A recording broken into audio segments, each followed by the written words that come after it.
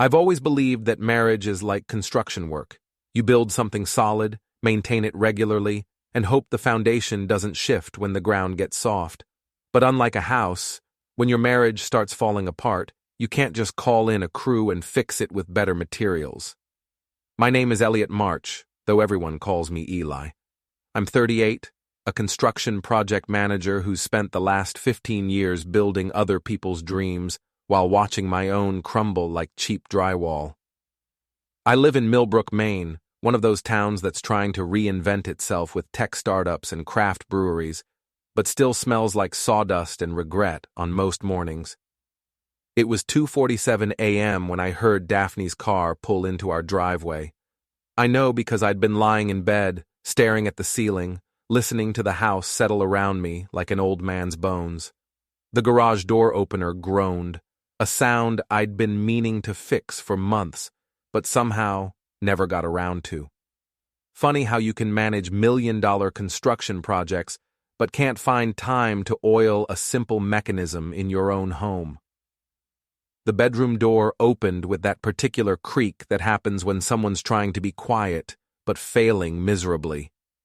Daphne slipped in, her heels clicking against the hardwood despite her obvious attempt at stealth. In the dim light filtering through our curtains, I could see her silhouette, hair disheveled, dress wrinkled, phone clutched in her hand like a lifeline. "Late night at the office?" I asked, not bothering to hide the sarcasm in my voice. She jumped, nearly dropping her phone. "God, Eli, you scared me. I thought you were asleep." "Hard to sleep when your wife's out until 3 in the morning." I sat up, switching on the bedside lamp. The light revealed what the darkness had hidden: smudged lipstick, a stain on her blouse that definitely wasn't coffee, and that guilty look I'd been seeing more often lately. It was a team-building event. You know how these corporate things go. They drag on forever. She was already moving toward the bathroom, clearly hoping to end this conversation before it really started. "Team building, huh? Must have been some team." I watched her freeze in the doorway. "Your phone's been buzzing all evening. Sounded urgent." She turned, and for a moment, I saw something in her eyes. Panic, maybe, or calculation. "Just work stuff. You know how demanding this job is." "Right. The demanding job that requires you to stay out until 3 a.m. twice this week." Before we deeper into this story, I have one small request. Please subscribe, drop a like, comment, and hit that hype button to boost this channel so more people can discover these incredible Reddit stories. Her expression shifted, defensive walls going up like they always did when she felt cornered. "Look, I'm tired, okay? Can we not do this right now?" "Do what? Ask where my wife's been?" "Stop being so needy, Eli. I'll text you when I feel like it." The words came out sharp, cutting through whatever remained of my patience. I stared at her for a long moment, processing what she'd just said. Needy. For wanting to know where my wife was at 3 in the morning. For caring about our marriage when she clearly didn't. "No problem," I said, my voice calm in a way that seemed to surprise her. She blinked, probably expecting an argument. When none came, she disappeared into the bathroom, leaving me alone with my thoughts and the faint scent of cologne that definitely wasn't mine. I picked up my phone and did something I'd never done in 15 years of marriage. I muted her contact, disabled read receipts, and turned my phone to Do Not Disturb. If she wanted space, I'd give her all the space she could handle. The shower started running, and I heard her humming, actually humming, like she didn't have a care in the world. Like she hadn't just dismissed her husband's concerns with the casual cruelty of someone who'd already checked out of their marriage. I got up and walked to the window, looking out at our neighborhood. Mrs. Cardwell's house across the street was dark, but I knew the old woman would be up in a few hours, tending to her garden and watching the world wake up. She'd been our neighbor for 8 years, and nothing happened on Maple Street without her noticing. That's when I spotted it. Daphne's phone, abandoned on the dresser in her rush to shower away whatever evidence she was carrying. It was still buzzing with notifications, the screen lighting up every few seconds like a beacon. I shouldn't have looked. I knew that even as I reached for it. But 15 years of marriage gives you certain rights, doesn't it? Or maybe it just gives you certain needs, like the need to know why your wife treats you like an inconvenience. The messages were from someone named Brandon Pierce. The preview showed enough to make my stomach clench. Can't wait to see you again tomorrow. And tonight was incredible. I set the phone down carefully, my hands surprisingly steady. Brandon Pierce. I'd heard that name before, Daphne's co-worker at the tech startup where she worked in HR. The smooth-talking sales director who drove a blue BMW and wore watches that cost more than most people's monthly rent. The shower was still running, Daphne's voice echoing off the bathroom tiles as she sang some pop song I didn't recognize. She sounded happy, happier than she'd sounded talking to me in months. I walked to my dresser and quietly pulled out a small notebook, the kind I used for work, to track project details and contractor schedules. If this was going to become a problem, I needed to start documenting things, times, dates, inconsistencies in her stories. 2:47 a.m. arrival, claims team building event, phone messages from Brandon Pierce, unfamiliar cologne, disheveled appearance.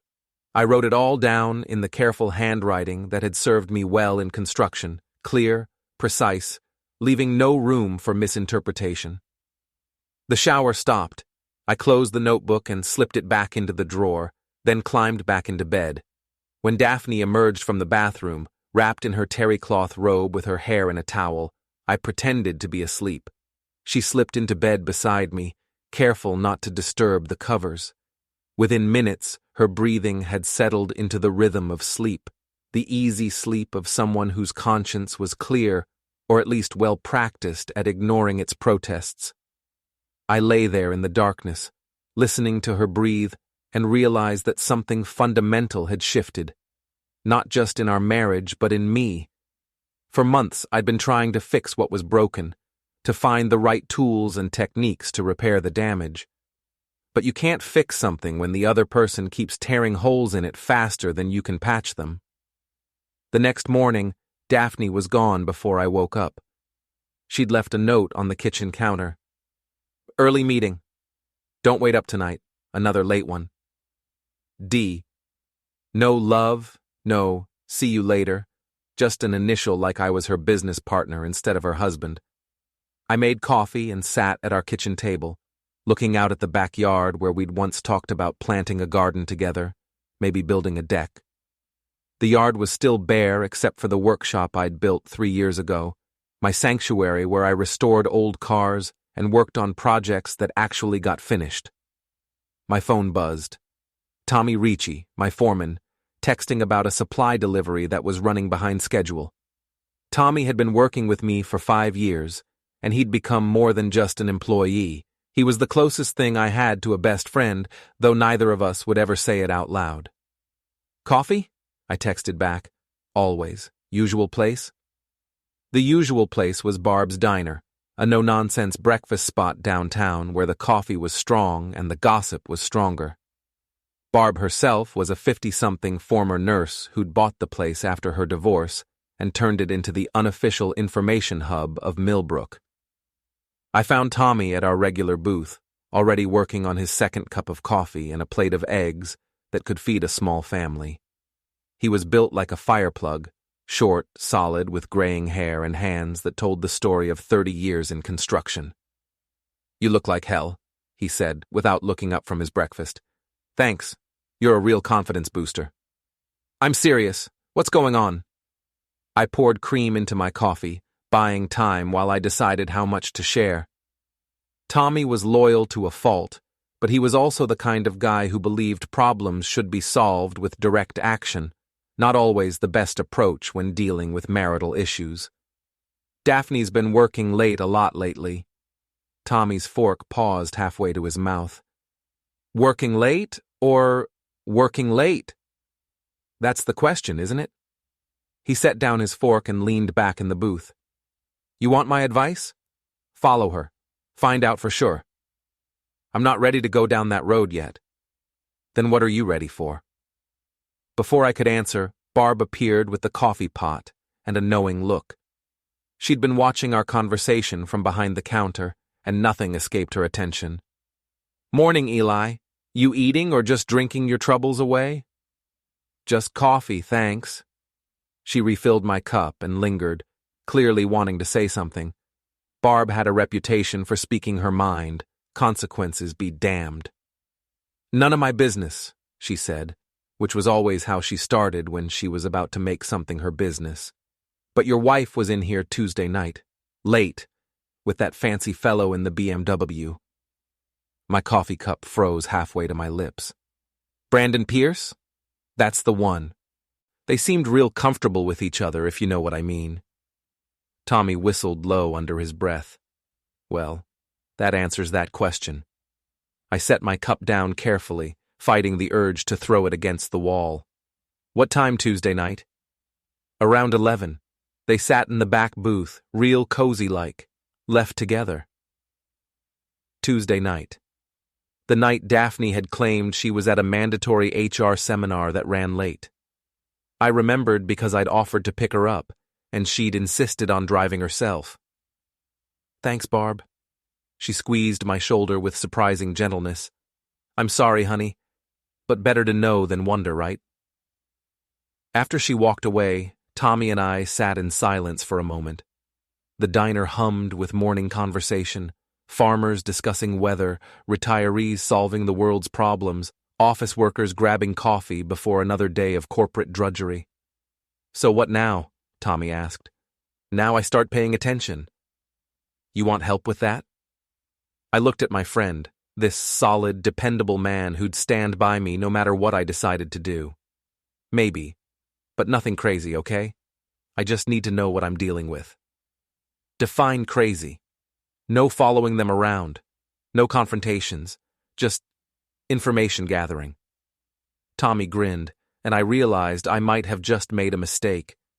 When Tommy Ricci grinned like that, it usually meant someone was about to have a very bad day. "Information gathering. Got it, boss?" We finished our coffee and headed to the job site, a new office complex on the outskirts of town that was supposed to bring more tech companies to Millbrook. The irony wasn't lost on me that I was helping build the very industry that had given my wife a place to cheat. The day passed in a blur of concrete deliveries, permit inspections, and the usual chaos that comes with managing a dozen contractors who all think they know better than everyone else. But underneath the familiar routine, my mind kept circling back to Barb's revelation. Tuesday night, 11 p.m., real cozy-like. By the time I got home that evening, I'd made a decision.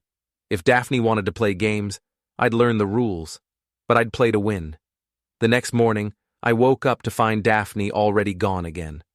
Her note was even shorter this time. "Gone early, back late. D." I sat in my kitchen, drinking coffee and staring at that note like it might reveal some hidden meaning. 3 words and an initial. This was what 15 years of marriage had been reduced to: corporate memo-level communication.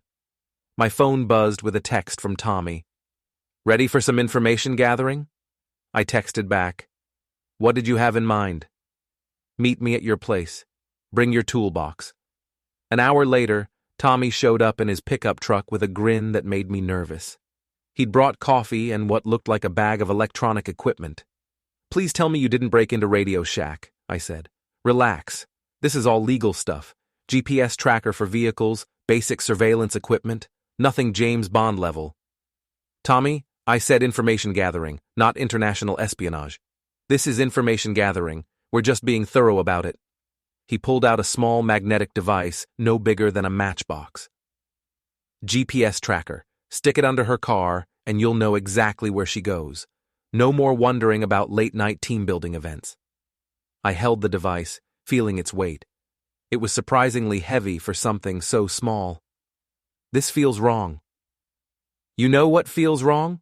Your wife lying to your face while she runs around with some corporate pretty boy." He had a point. I pocketed the tracker. "What else?" Tommy reached into his bag and pulled out what looked like a small digital recorder. "Voice activated, in case you need to document any conversations." You mean in case I need evidence for a divorce lawyer? I mean in case you need to protect yourself. Women like your wife, they don't go quietly. They make accusations, claim abuse, try to take everything. You need insurance. The word divorce hung in the air between us like smoke. I hadn't said it out loud before, hadn't even let myself think it seriously. But here it was, the logical endpoint of all this suspicion and surveillance equipment. Let's start with the GPS tracker, I said. See what we learn? Daphne's car was parked in the garage, a silver Lexus SUV that she'd insisted we needed for her professional image. I slid under the vehicle and found a spot on the frame where the tracker would be hidden but secure. The magnetic mount held it firmly in place. How does this work? I asked as we walked back to the house. Tommy showed me an app on his phone. Real-time tracking.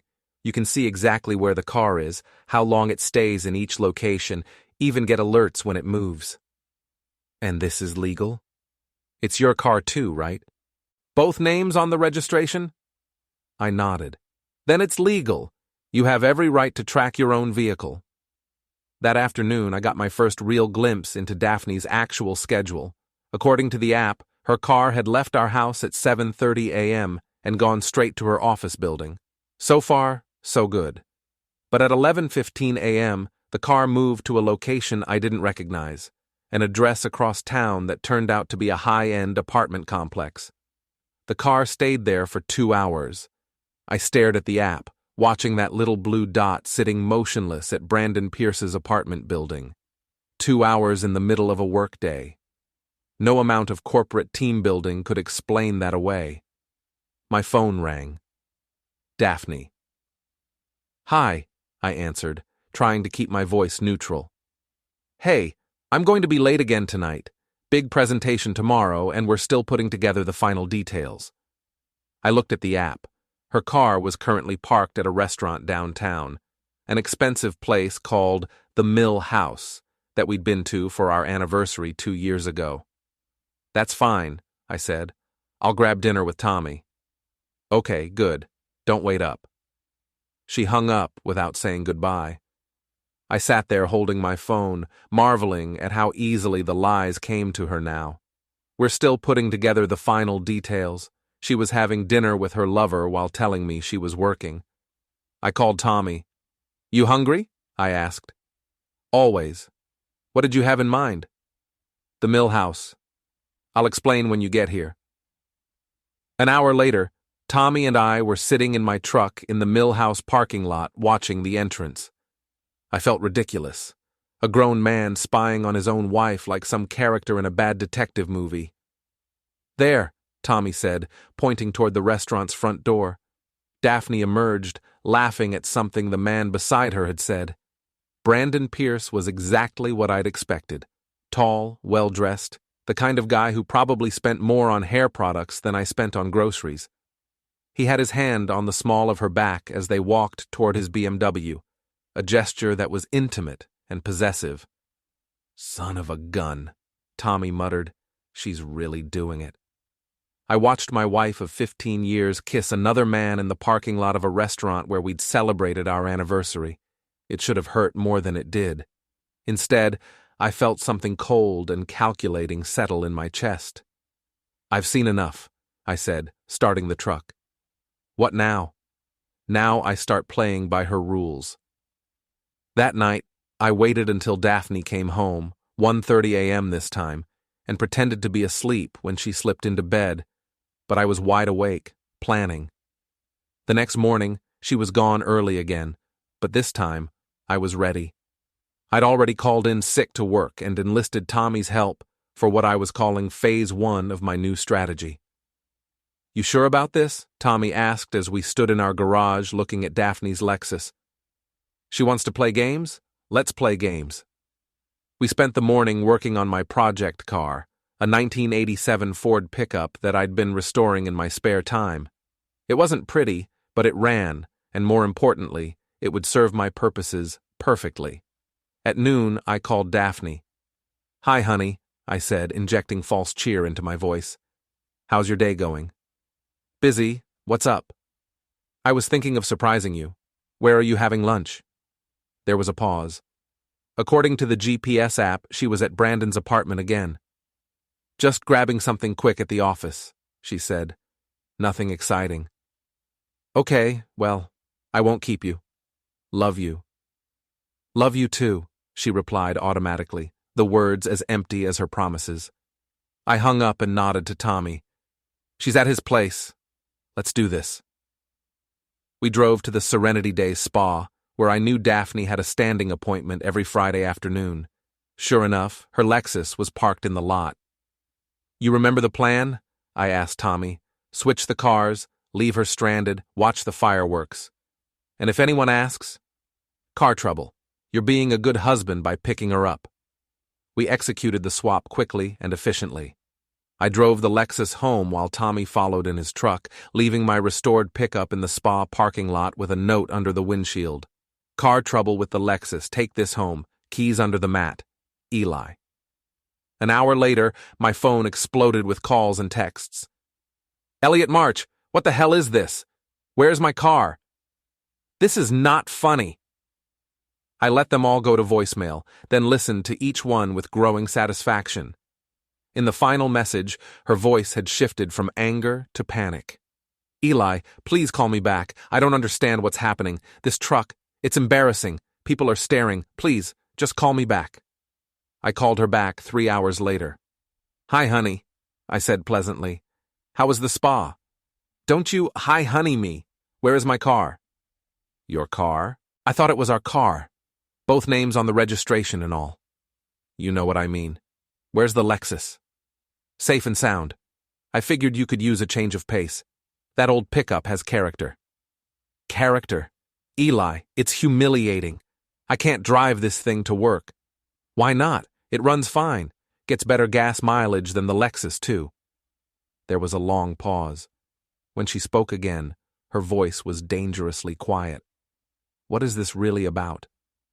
I don't know what you mean. This isn't like you. Maybe that's the problem. Maybe I've been too predictable. Another pause. I'm coming home. We need to talk. Looking forward to it. I spent the rest of the afternoon preparing for her arrival. I'd moved some of her clothes to the guest room, changed the password on our Netflix account, and programmed the coffee maker to brew only 1 cup in the morning instead of 2. When Daphne arrived home in the pickup truck, her face was flushed with anger. She stormed into the house like a woman ready for war. Okay, what's this really about? She demanded. I was sitting in my favorite chair, reading a book about small engine repair. I looked up at her with mild interest. What's what about? The car, Eli. The mysterious behavior, the attitude. I don't have an attitude. I'm just adapting to our new normal. What new normal? The one where you do whatever you want, whenever you want, with whoever you want, and I'm supposed to smile and pretend everything's fine. Her face went pale. I don't know what you're talking about. Sure you do. Late nights at the office, team-building events that last until 3 a.m., lunch meetings at Brandon Pierce's apartment. The color drained completely from her face. How did you know about Brandon? Lucky guess. She sank onto the couch, suddenly looking smaller than I'd seen her in years. Eli, I can explain. I'm sure you can. You're very creative with explanations, but I'm not interested in hearing them. So what? You're just going to punish me by taking my car? I'm not punishing you. I'm just evening the playing field. She stared at me for a long moment, and I could see her mind working, trying to figure out how much I knew and how she could spin this to her advantage. I want my car back, she said finally, and I want a wife who doesn't lie to me every time she opens her mouth. Looks like we're both going to be disappointed. She stood up abruptly. This is ridiculous. I'm going to stay at my sister's tonight. Good idea. Take the truck. She grabbed her purse and headed for the door, then turned back. This isn't over, Eli. No, I agreed. It's not. After she left, I sat in the quiet house and realized something had fundamentally changed. For the first time in months, I felt like myself again. Not the doormat husband who accepted excuses and apologized for asking questions, but the man who'd built a successful business by solving problems and getting things done. My phone buzzed with a text from Tommy. "How'd it go?" I typed back, "Phase 1 complete. Time to plan Phase 2. "What's Phase 2? I looked around at the house that had become a museum of our marriage. Photos of happier times, furniture we'd picked out together, dreams we'd shared before she decided she wanted something different. "Public relations," I typed back. Tommy's response was immediate. "This is going to be fun." I had to agree. For the first time in months, I was actually looking forward to tomorrow.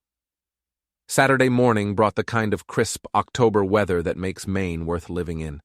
The leaves were turning, the air smelled like wood smoke and possibilities, and I had plans.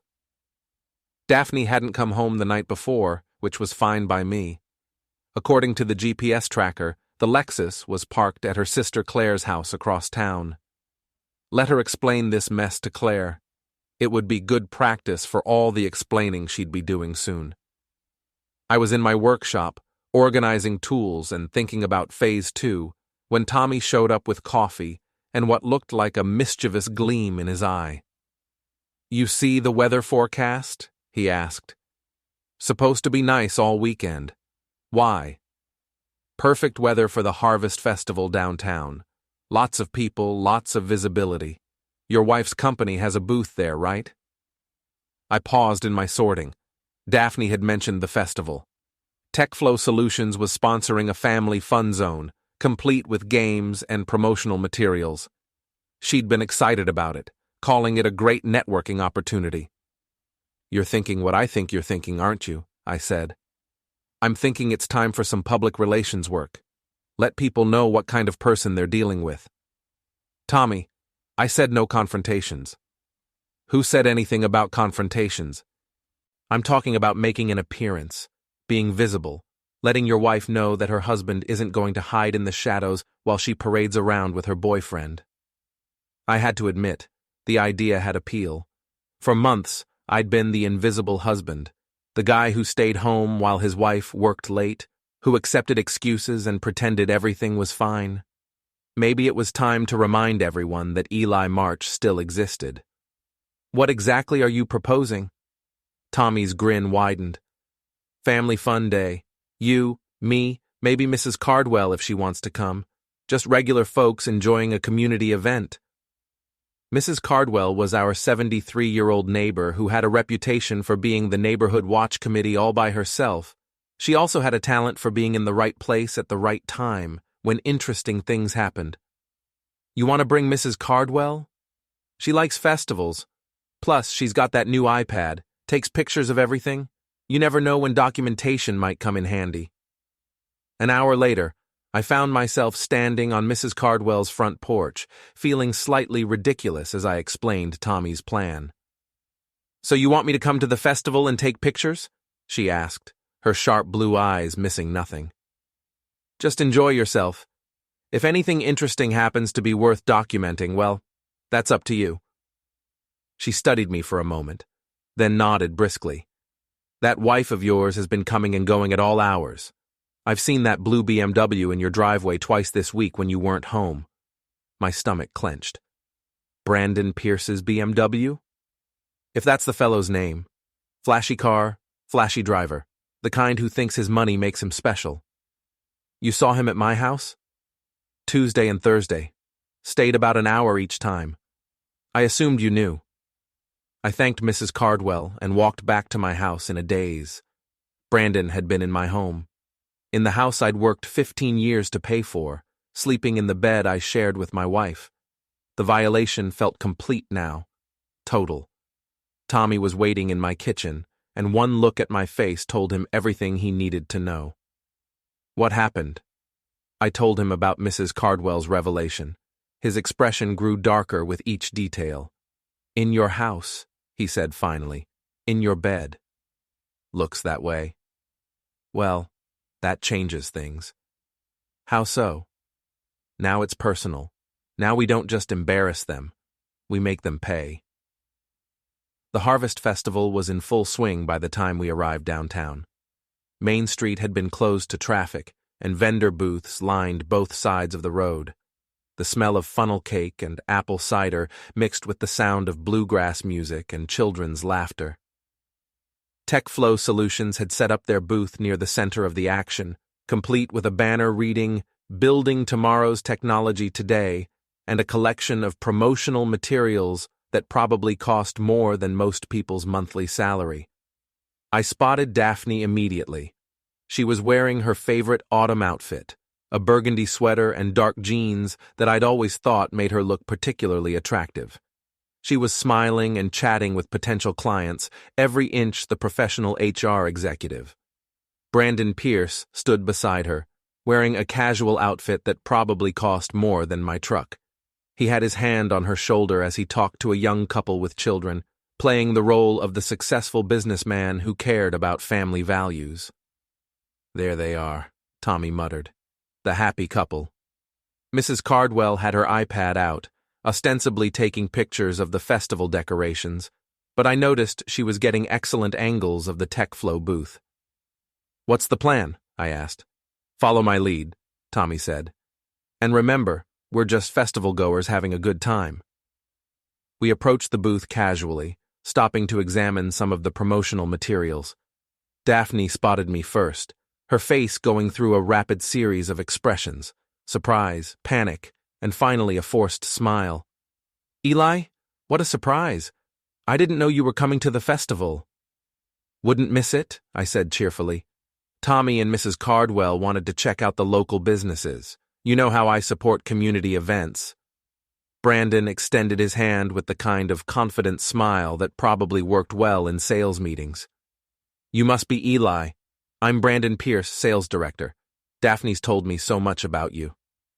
I shook his hand, noting the expensive watch and the soft palms of someone who'd never done manual labor. "Funny," I said. "She's never mentioned you at all." The smile flickered slightly. Daphne jumped in quickly. "Brandon's new to the team. He's been working on some exciting projects." "I'll bet he has," I said. "Daphne's been working a lot of late nights lately. You must be keeping her busy." "We are very dedicated to our work," Brandon replied smoothly. "That's what I hear. Dedication is so important in any relationship. I mean, any professional relationship." Tommy had wandered over to a display of company literature and was asking loud questions about TechFlow's commitment to family values. Mrs. Cardwell was taking pictures of everything, including several shots of Daphne and Brandon standing close together. "Well," I said, "we should let you get back to work. Come on, gang. Let's check out the rest of the festival." As we walked away, I heard Daphne say something urgent to Brandon in a low voice. I couldn't make out the words, but the tone was unmistakable. She was worried. "Phase 2, Step 1 complete," Tommy said quietly. "What's Step 2? "Lunch." We found a picnic table with a clear view of the TechFlow booth and settled in with festival food and drinks. Mrs. Cardwell had positioned herself so she could continue taking pictures while appearing to focus on her funnel cake. "They keep looking over here," she observed. She was right. Daphne and Brandon kept glancing in our direction, their body language tense. They were having what looked like an intense conversation whenever they weren't dealing with potential clients. "Good," Tommy said. "Let them sweat." Around 2 o'clock, things got interesting. Brandon left the booth, presumably for a bathroom break, and I saw my opportunity. "Be right back," I told Tommy. I intercepted Brandon near the portable restrooms, timing it so we'd appear to bump into each other accidentally. "Brandon, enjoying the festival?" "Oh, hi, Eli. Yes, it's been great for business." "I'm sure it has. You know, I've been meaning to thank you." "Thank me?" "For taking such good care of my wife. All those late nights at the office, the team-building exercises. It's nice to know she's working with someone so dedicated." His face went pale.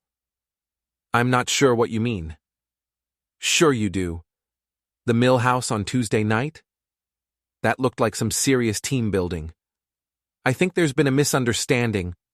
No misunderstanding at all. I understand perfectly. I stepped closer, lowering my voice so only he could hear. Here's what's going to happen, Brandon. You're going to stay away from my wife, and you're going to stay away from my house. If I see your BMW in my driveway again, we're going to have a much less pleasant conversation. Are you threatening me? I'm explaining the situation. Big difference. I walked away, leaving him standing by the restrooms with a look of stunned confusion. When I got back to the picnic table, Tommy was grinning. How'd it go? I think we got his attention. The afternoon continued peacefully until around 4 o'clock, when Brandon apparently decided to take some kind of action. I watched him leave the booth again, this time heading toward the parking area behind the festival grounds. Where's he going? Mrs. Cardwell asked. Let's find out, Tommy said. We followed at a discreet distance, Mrs. Cardwell surprisingly spry for her age. Brandon walked directly to his BMW, which was parked in a prime spot near the back of the lot. That's when we discovered what Tommy had done during his bathroom break an hour earlier. Brandon's pristine blue BMW now sported the word cheater written in washable white shoe polish across the windshield. All 4 tires had been let down, not slashed, just deflated, and someone had placed a dozen raw eggs on the hood, where the afternoon sun had baked them into a smelly, sticky mess. Oh my, Mrs. Cardwell said, raising her iPad to capture the scene. Brandon stood there for a moment, staring at his vandalized car in disbelief. Then he pulled out his phone and started making calls, probably to a tow truck, maybe to the police. Tommy, I said quietly, please tell me you didn't do this. I didn't do this. You're lying. Okay, I did this. But it's all harmless stuff. No permanent damage. What if he calls the cops? And tells them what? That someone wrote cheater on a cheater's car. That someone let the air out of his tires. This is small-town justice, Eli. Nobody's going to care. As if to prove his point, several festival goers had gathered to watch Brandon deal with his car trouble. I heard more than one person chuckling, and someone said, "Wonder what he did to deserve that." Brandon looked around desperately, his eyes scanning the crowd.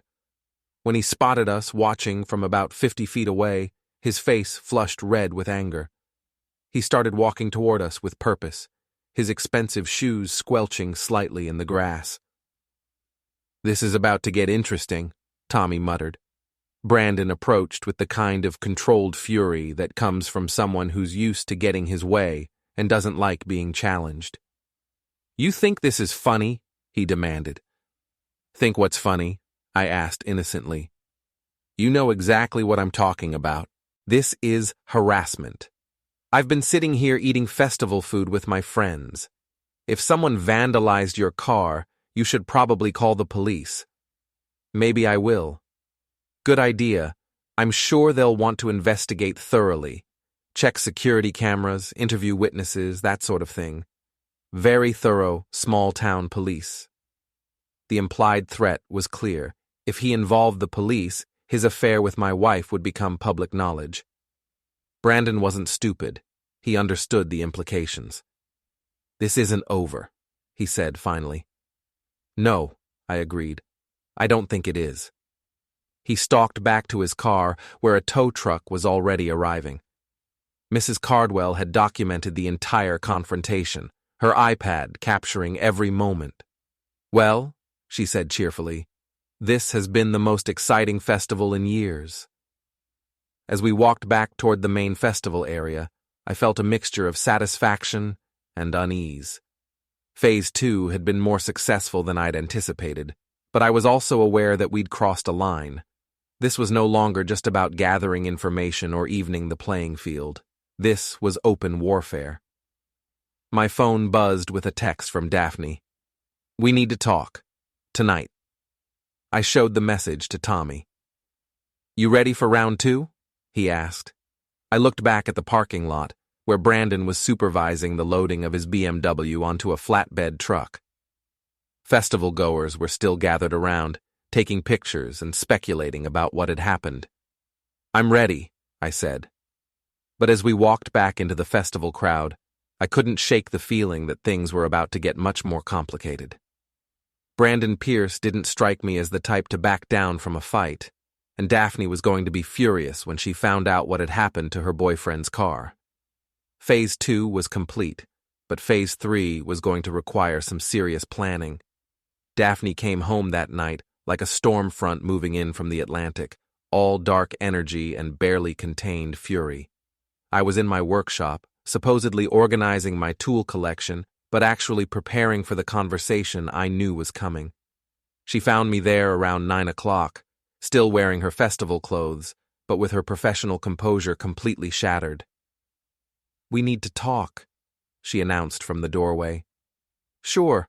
How was the rest of the festival?" Just don't start with the innocent act." I set down the wrench I'd been cleaning and turned to face her. "What innocent act?" "You know exactly what you did today." "I went to a community festival with friends. Last I checked, that wasn't a crime." "Brandon's car, Eli. Someone vandalized Brandon's car." "That's terrible. Did he call the police?" Her jaw tightened. "You know he can't call the police."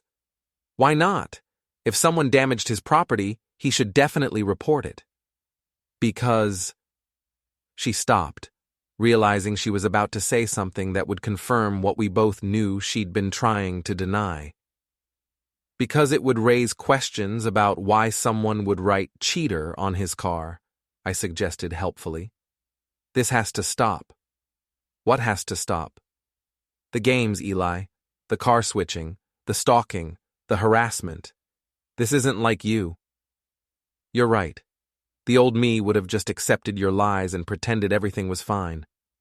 But I've decided to try a new approach." She stepped into the workshop, and I noticed she was shaking slightly. Whether from anger or fear, I couldn't tell. "What do you want from me?" "I want my wife back. But since that's apparently not an option, I want you to stop treating me like an idiot." "I never—" "You've been having an affair with Brandon Pierce for months. You've been lying to me every single day.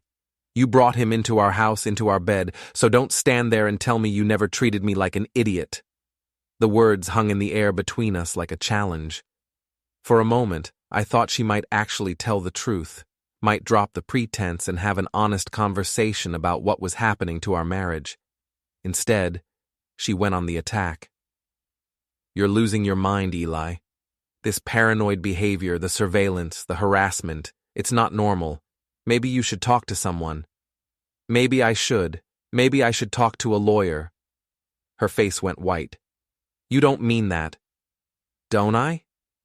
"Eli, please, can we try to work this out, like adults? I'm willing to work it out. Are you willing to end things with Brandon?" The question caught her off guard. She opened her mouth to answer, then closed it again, and in that moment of hesitation, I had my answer. "That's what I thought," I said. "It's not that simple. It's exactly that simple. You choose him or you choose me, but you don't get to choose both. I need time to think. Take all the time you need. But while you're thinking, you can stay at Claire's. I'll pack some things for you." "You're kicking me out of my own house?" "I'm giving you space to figure out what you want. Isn't that what you've been asking for?" She stared at me for a long moment, and I could see her mind working, trying to find an angle that would let her keep both her husband and her boyfriend. "Fine," she said finally. "But this isn't over." "No, it's not." After she left, I sat in my workshop and realized that the conversation had gone better than expected. She hadn't denied the affair, hadn't tried to gaslight me into believing I was imagining things. Progress, of a sort. My phone buzzed with a text from Tommy. "How'd it go?" "She's staying at her sister's. Time for Phase 3.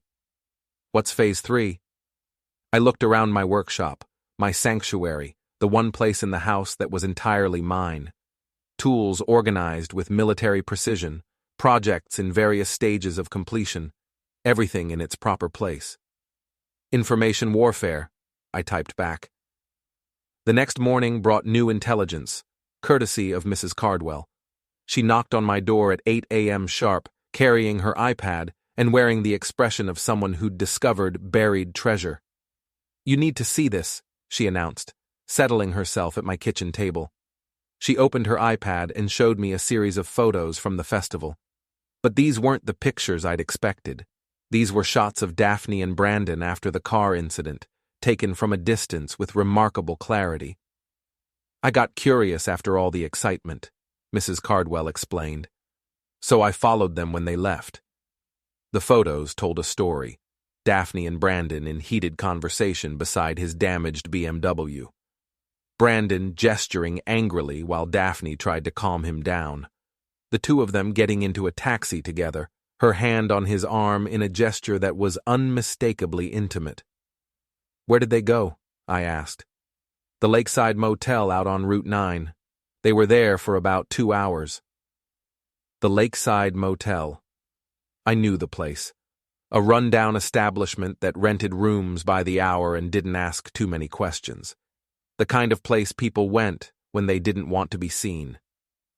"Mrs. Cardwell, you're a treasure. I've been telling people that for years. Nobody listens." After she left, I studied the photos more carefully. The images were clear enough to be used as evidence, but more importantly, they showed just how reckless Daphne and Brandon had become.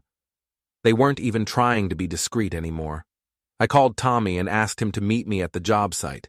We had work to catch up on, but more importantly, I needed to think, and I always thought better when my hands were busy.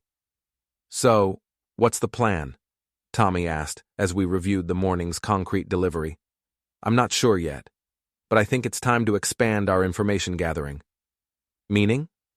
"Meaning it's time to learn more about Brandon Pierce. Where he lives, what he drives when his BMW is in the shop, where he goes when he's not with my wife." Tommy grinned. "Reconnaissance mission. Something like that." That afternoon, we drove by Brandon's apartment complex, a modern development called Harbor View that catered to young professionals with more money than sense. His BMW was in the shop, but there was a rental car parked in his assigned spot, a red Mustang convertible that screamed midlife crisis. "Guy's got a type," Tommy observed. "Flashy and expensive? Compensating for something." We were about to leave when I spotted something interesting. Brandon emerged from his apartment building wearing workout clothes and carrying a gym bag. He got into the Mustang and drove off, apparently heading for his evening exercise routine. "Follow him?" Tommy asked. From a distance. Brandon's destination turned out to be an upscale fitness center called Elite Fitness, the kind of place where membership cost more than most people's car payments. We parked across the street and watched him go inside. "How long do you think he'll be in there?" Tommy asked. "Hour, maybe 2. Why?" Tommy was studying the Mustang with the expression of someone having an idea. "Tommy, whatever you're thinking, don't. I'm not thinking anything criminal. I'm thinking about justice." "What kind of justice?" "The kind that involves a few modifications to his transportation." Before I could stop him, Tommy was out of the truck and walking toward the Mustang. I watched in horror as he knelt beside the car and began doing something to the tires. He was back in less than 2 minutes. "What did you do?" "Nothing permanent. Just loosened the valve stems on his tires. They'll go flat gradually over the next few hours." "Tommy, relax. It's not vandalism. It's mechanical failure. Happens all the time with rental cars." "And if he figures out it was us? How's he going to prove it? We're just 2 guys sitting in a parking lot." An hour later, Brandon emerged from the gym looking sweaty and satisfied. He walked to his car, threw his gym bag in the back seat, and started the engine. He made it about 2 blocks before the first tire went completely flat. We watched from a distance as he pulled over and got out to examine the damage. Even from across the street, we could see his frustration as he realized that not one, but all 4 tires were going flat. "Oops," Tommy said without a trace of remorse. Brandon spent the next hour dealing with roadside assistance, standing beside his disabled rental car while evening traffic crawled past. Mrs. Cardwell would have loved the photo opportunity. Phase 3, Step 1 complete, Tommy announced. What's Step 2? We wait and see how he reacts. We didn't have to wait long. The next morning, I got a call from Daphne. Eli, we need to talk. We talked yesterday. You were going to think about things. This isn't about that. This is about Brandon. What about him? Someone's been harassing him. His car at the festival, now his rental car. He thinks it's you. Why would he think that? Because you're the only person who has a reason to target him. I don't know what you're talking about. Eli, please. This has to stop before someone gets hurt. Gets hurt? Are we talking about physical violence now? I don't know what we're talking about anymore. Brandon's talking about going to the police. Let him. I'm sure they'll be very interested in his story. There was a long pause. What do you want, Eli? What will it take for you to leave him alone? I want you to end the affair and come home. But since you've made it clear that's not happening, I want both of you to leave me alone. And if we do that, you'll stop the harassment? I'll stop defending myself, sure. Defending yourself? That's what this is, Daphne. You and your boyfriend declared war on my marriage. I'm just fighting back. After she hung up, I realized that we'd reached a turning point. The gloves were officially off now, and both sides knew it. My phone buzzed with a text from Tommy. Heard from the enemy camp yet? Just got off the phone with Daphne. They're rattled. Good. What's next? I looked out the window at Mrs. Cardwell's house, where she was tending to her garden with her usual methodical precision. A woman who noticed everything, documented everything, and had no patience for people who didn't follow the rules. Next, we go public, I typed back. About time. Phase 3 was just getting started, and I had a feeling that Brandon Pierce was about to discover what happened when you messed with a construction worker who had friends, tools, and nothing left to lose. 3 days later, everything came to a head in a way I never could have predicted. I was at the job site, reviewing blueprints with the electrical contractor, when Tommy approached with his phone in his hand and a grim expression on his face. We've got a problem, he said. What kind of problem? He showed me his phone screen, a Facebook post from someone named Jennifer Walsh, one of Daphne's co-workers at TechFlow Solutions. The post was a long, rambling message about toxic masculinity and abusive husbands who stalk and harass innocent people. She's talking about you, Tommy said. Look at the comments. I scrolled through the responses, my stomach sinking with each one. Daphne's friends and co-workers were rallying around her, sharing stories about controlling husbands and offering support for her difficult situation. Someone had even started a hashtag, Stand with Daphne. They're painting you as the villain, Tommy said, making Brandon look like the victim. Of course they are. It's the oldest play in the book, accuse your accuser. What are we going to do about it? Before I could answer, my phone rang. Mrs. Cardwell. Eli, dear, you need to come home right away. What's wrong? That Pierce fellow is at your house. He's trying to break into your workshop. I was in my truck and driving before she finished the sentence, Tommy close behind in his own vehicle. The 5-minute drive felt like an hour, my mind racing through possibilities. What was Brandon looking for in my workshop? What did he think he'd find there? I pulled into my driveway to find Brandon's rental Mustang parked sideways across my lawn, the driver's door standing open like he'd abandoned it in a hurry. Mrs. Cardwell was standing on her front porch with her iPad, documenting everything with the dedication of a war correspondent. The side door to my workshop was hanging open, the lock obviously forced. I could hear sounds from inside, someone moving around, opening drawers, searching through my things. Call the police, I told Tommy. Already did. They're on their way. I approached the workshop cautiously, not sure what I'd find inside. Brandon was at my workbench, rifling through drawers with desperate efficiency. He looked up when he heard me, his face flushed and his expensive workout clothes dirty from his break-in attempt. Where is it? He demanded. Where's what? The evidence, the photos, the recordings, whatever you've been collecting. I don't know what you're talking about. Don't lie to me. Daphne told me you've been stalking us, taking pictures, recording conversations. Where is it? I stepped into my workshop, noting the chaos he'd created. Tools scattered across the floor, drawers pulled out and dumped, my carefully organized space turned into a disaster zone. Get out of my workshop. Not until I find what you're hiding. The only thing I'm hiding is my patience. Get out before the police arrive. The police? His face went pale. You called the police?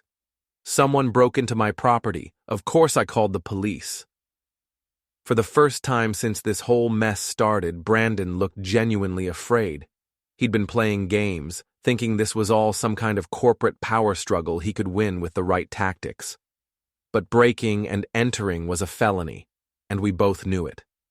Look, he said, his voice taking on a pleading tone. Maybe we can work something out. Man to man. Work what out? I'll stay away from Daphne. End things completely. Just don't press charges. You'll stay away from my wife?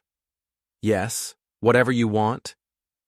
I looked around at my destroyed workshop, at this man who'd been sleeping with my wife, and now had the nerve to break into my home, and felt something cold settle in my chest. Too late for that, I said. The police arrived 5 minutes later, 2 officers I recognized from around town. They took one look at the forced door and Brandon's guilty expression, and didn't need much explanation. You want to press charges? Officer Martinez asked. Absolutely. As they led Brandon away in handcuffs, he kept looking back at me with a mixture of anger and panic. This isn't over, he shouted from the back of the patrol car. Daphne will never forgive you for this. We'll see, I replied. After the police left, Tommy and I spent an hour cleaning up the workshop.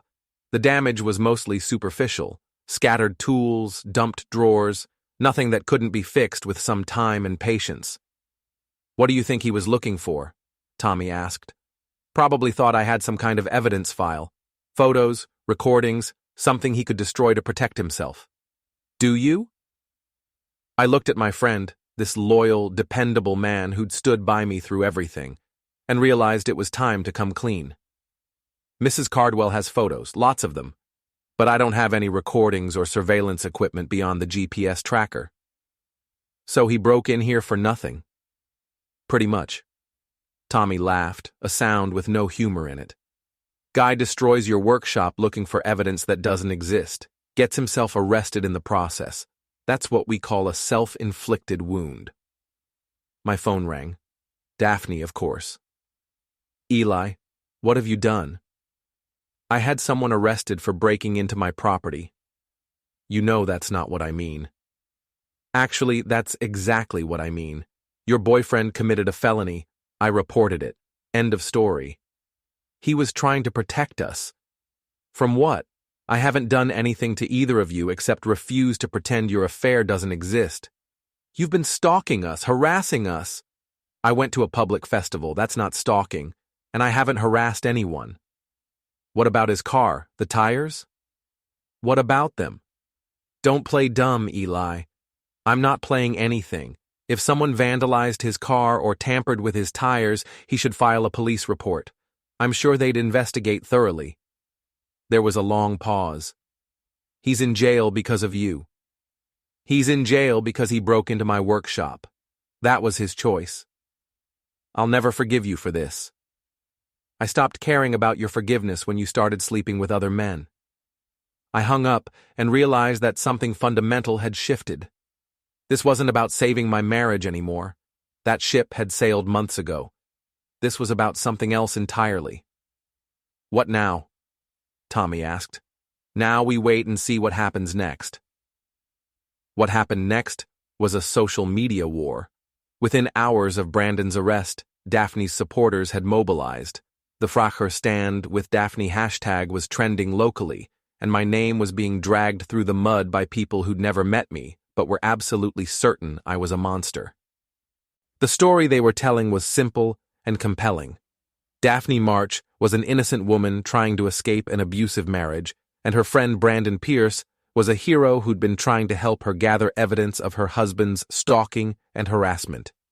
Brandon's arrest was just another example of how the system protected abusive men while victimizing innocent women.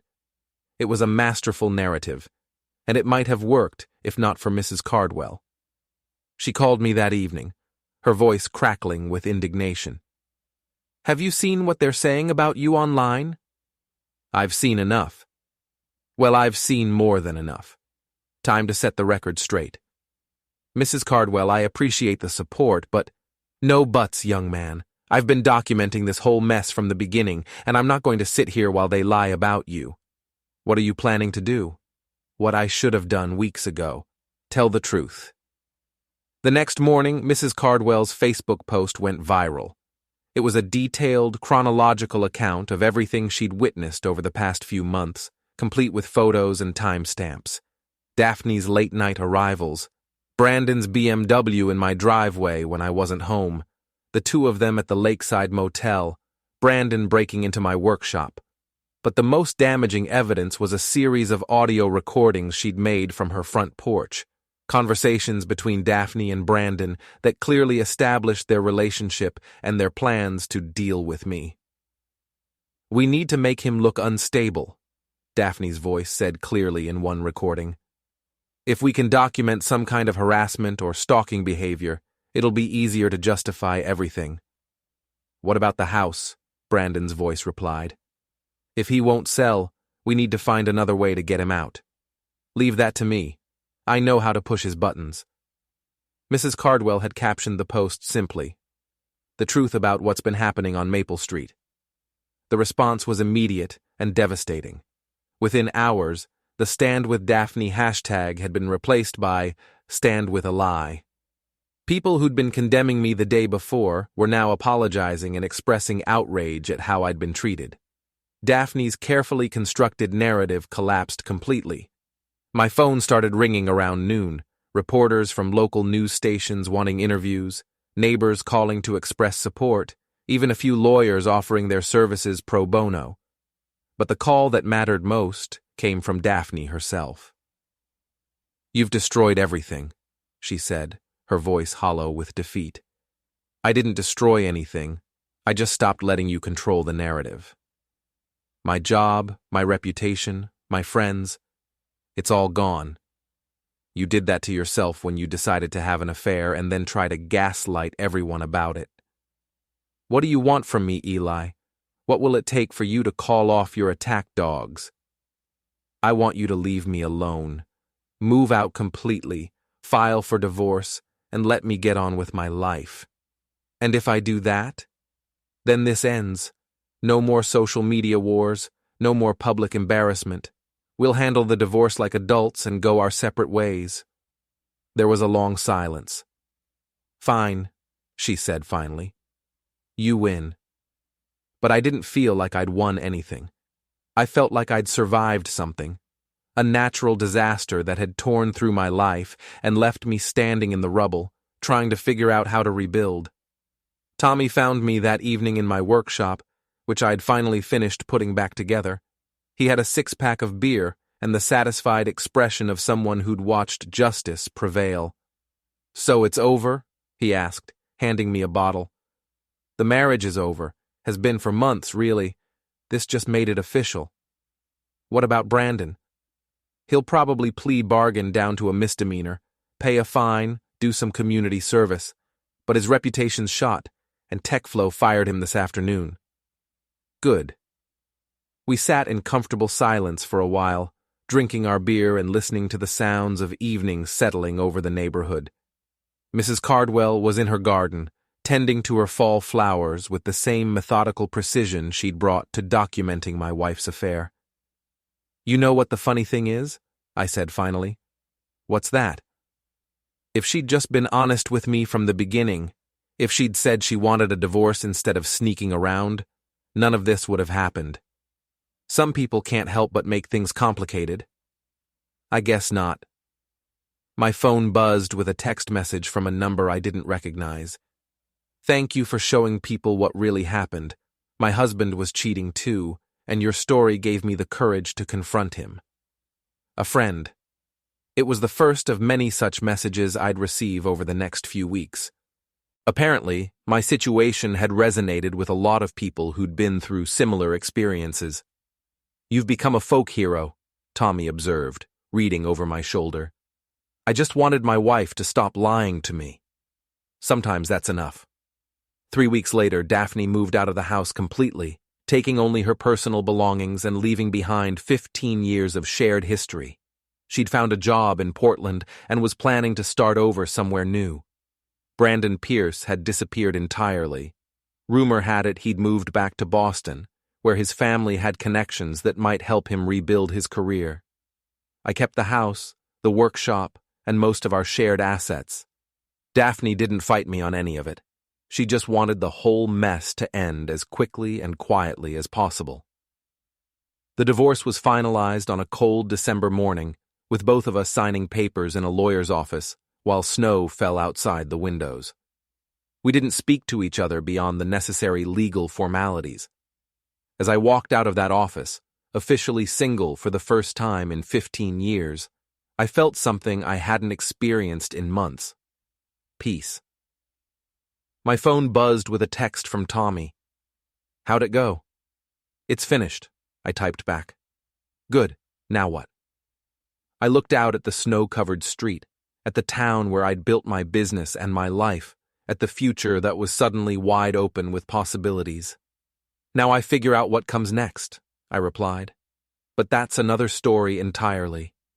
The revenge was complete, the truth was out, and Eliot March was finally free to build something new from the ashes of what had been destroyed. Sometimes that's the best kind of victory. Not the dramatic confrontation or the moment of triumph, but the quiet satisfaction of knowing you stood your ground when it mattered most. And sometimes, that's enough.